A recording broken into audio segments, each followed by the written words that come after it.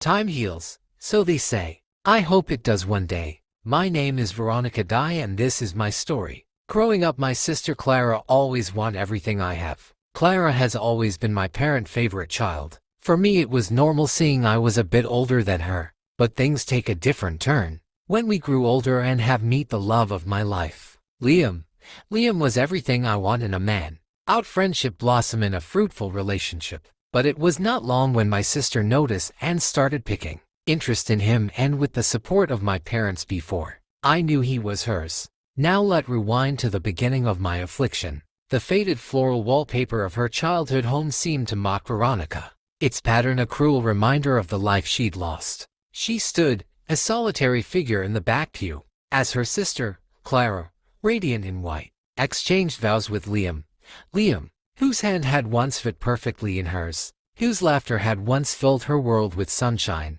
Now, his eyes, once alight with affection for her, held only a polite, distant warmth as he gazed at Clara. Her parents, their faces beaming with a rare, almost unsettling affection, seemed oblivious to her existence. Their focus was entirely on Clara, their golden child. Veronica's heart, once a fragile bird, now felt like a heavy stone within her chest. The betrayal was a constant, gnawing ache, a wound that refused to heal. She had cried until her eyes were raw, her throat hoarse, but the tears offered no solace. The years that followed were a blur of quiet desperation. She moved through life like a ghost, her presence barely acknowledged, her voice rarely heard. Then came the marriage arrangement, a final, crushing blow. Her parents, desperate to salvage their dwindling social standing, had found a suitor of a man described as weak, sickly, and penniless. They presented him as a burden, a charity case, someone Veronica was expected to take care of.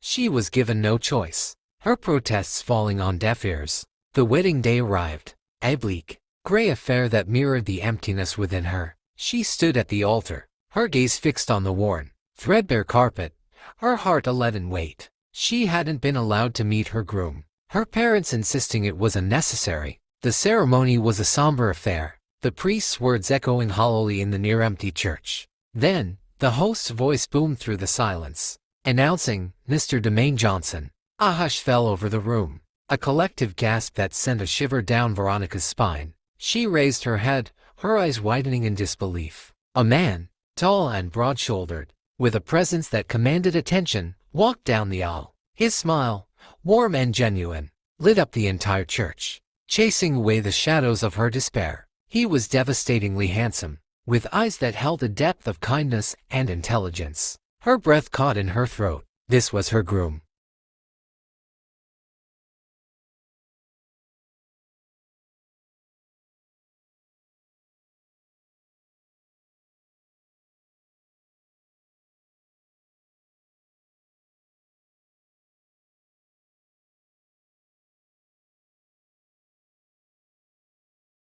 The room buzzed with whispers. Demain Johnson, the CEO of Oil and Gas, son of the Johnsons, one of the richest families in the country. Clara's face contorted with a mixture of shock and rage. Her eyes, usually bright with self-assurance, now burned with envy and resentment. Veronica's parents, their faces a mask of stunned disbelief, exchanged bewildered glances.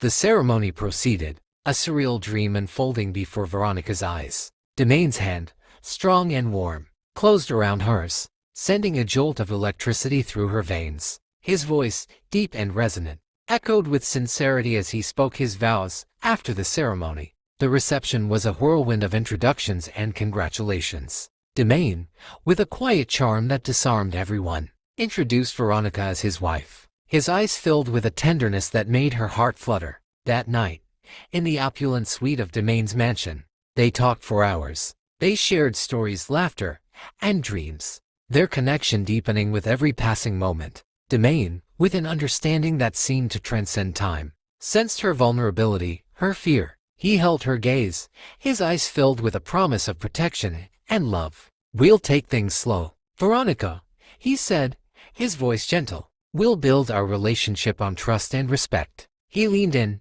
his eyes searching hers, and kissed her, a slow, tender kiss that spoke of a future filled with warmth and affection. Veronica, her heart overflowing with a joy she had long forgotten, kissed him back, a silent promise of her own. The following weeks were a whirlwind of activity. Demain, with his characteristic efficiency, arranged for their honeymoon, a luxurious escape to a secluded island paradise. He handled every detail, from the private jet to the exquisite villa, ensuring Veronica's comfort and happiness. As they boarded the jet, Veronica looked back at her old life, a life of neglect and betrayal, and then turned to face the future, a future filled with the warmth of Demain's love and the promise of a new beginning. The island was a dream, the water crystal clear, the sand white, the air filled with the scent of tropical flowers. Demain showed her the island, and the love that he had for her was shown in every action. He had watched her from a distance, and knew her heart.